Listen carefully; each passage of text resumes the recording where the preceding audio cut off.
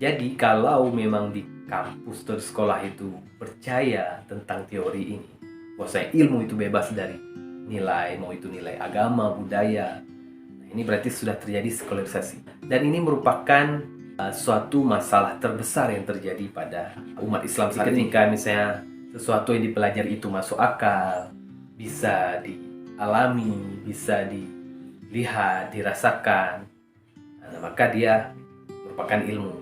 Tapi kalau misalnya ada teori dari Al-Quran, dari As-Sunnah, maka itu tidak dianggap ilmu. Nah, ini juga termasuk dari bagian sekularisasi dalam pendidikan.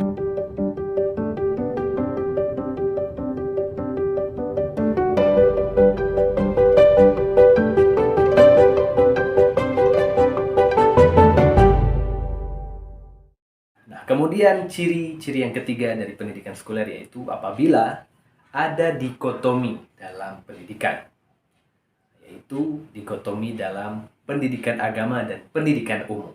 Dalam sistem sekuler, dikotomi ini terjadi dalam hal pemisahan agama dan sains, akal dan wahyu, dunia dan akhirat.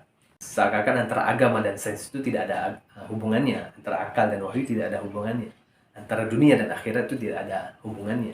Begitupun dalam hal pendidikan, pendidikan agama, pelajaran umum itu dipisah, seakan tidak ada hubungannya.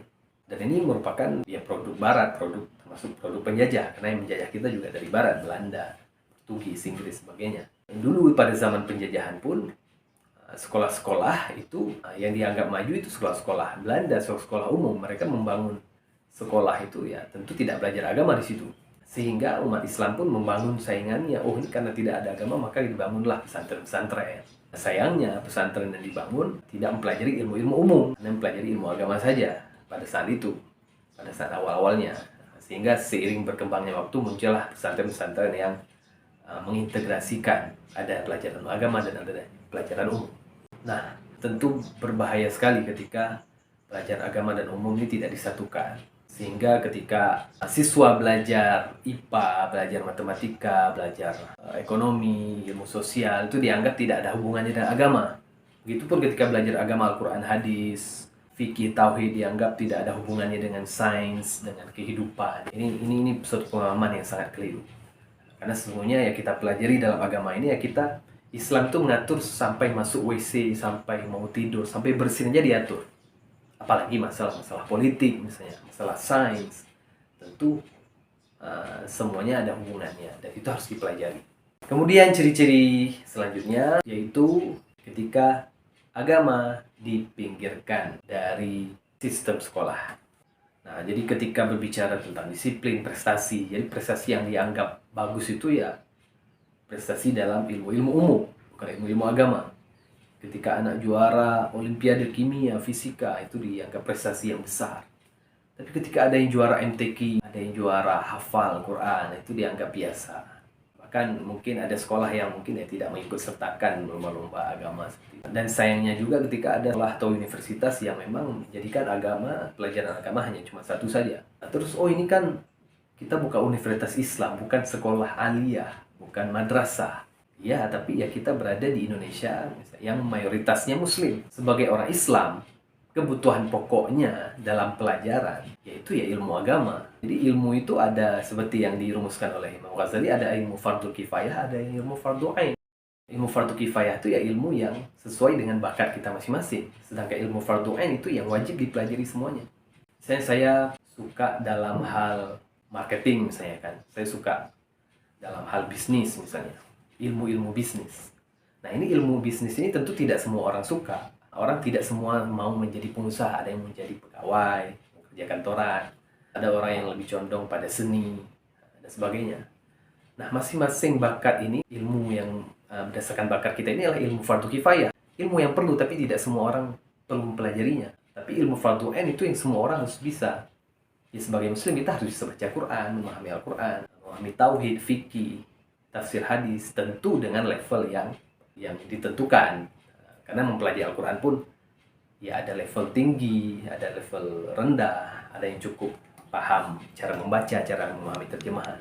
Tapi apabila emang bakatnya, saya emang hafal Quran, saya suka tafsir, itu silakan pelajari ulumul Quran di situ. pelajari tentang ilmu tafsir dan sebagainya.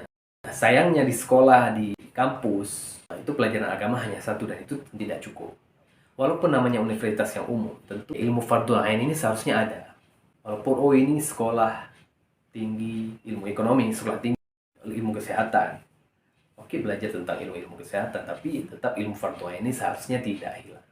Nah, kenapa hari ini bisa hilang ya? Karena pendidikan sekuler itulah. Itulah bahaya. Dan sebenarnya pendidikan sekuler, sekolah sekuler ini memang bentuk daripada strategi kolonial, strategi penjajahan. Nah, yang terjadi hari ini, sekolah Islam hari ini, sekolah dan kampus Islam hari ini, mayoritas kebanyakannya memakai sistem-sistem yang berasaskan worldview Barat. Yang ini sudah ditegaskan oleh salah satu ilmuwan Barat yang bernama William Montgomery Watt. Maksudnya ya, karena sekolah-sekolah Islam yang tipenya, yang jenis, yang menjadikan Barat sebagai kiblat, maka worldview-nya pasti worldview Barat yang sekuler. Sistem pendidikannya pasti sekuler. Sehingga pada akhirnya sekolah-sekolah ini, kampus-kampus ini, yang berkiblat ke Barat ini, akan menolak segala bentuk worldview Islam. Jadi ketika universitasnya sudah umum berkiblat ke Barat, maka ya worldview Islam ini sudah susah diterima. Cara berpikirnya sudah tidak Islami lagi, tidak menjadikan wahyu sebagai sumber ilmu lagi. Agama sudah dikotomikan, dipisahkan dari sains, dunia sudah dipisahkan dari akhirat. Nah, ini yang terjadi ketika berkiblatnya ke Barat. Tentu hal ini yang kita bicarakan ini tentang tema sekularisasi. Bukan bermaksud kita menolak segala tentang Barat, karena memang teknologi yang kita pakai memang ya harus kita akui kita masih memakai barang dari Barat. Tapi ya karena emang topiknya sekularisme dan ini dari Barat, maka itulah hal kenapa yang kita bicarakan ini seakan-akan kita ini menolak hal dari Barat. Tentu yang kita tolak ini yang jeleknya saja, yang merusak kita. Tentu kita ingin Islam ini maju, bangkit. Jika kita ingin Islam ini bangkit, generasi Islam ini maju seperti zaman sahabat, para zaman sahabat dulu, para tabi'in, maka kita harus mengetahui akar masalah dari umat kita. Dan dalam hal ini yang kita bicarakan sekarang, salah satu akar masalah dalam pendidikan adalah karena pendidikan kita masih sekuler, yang mana agama itu makin lama makin disingkirkan dari kehidupan manusia. Wahyu itu semakin lama disingkirkan dan tidak dijadikan lagi pedoman. Sehingga terbentuklah manusia-manusia yang hanya berilmu tapi tidak beradab, tapi tidak berakhlak. Nauzubillah min dzalik. Semoga video kali ini bermanfaat, semoga menginspirasi. Wassalamualaikum warahmatullahi wabarakatuh.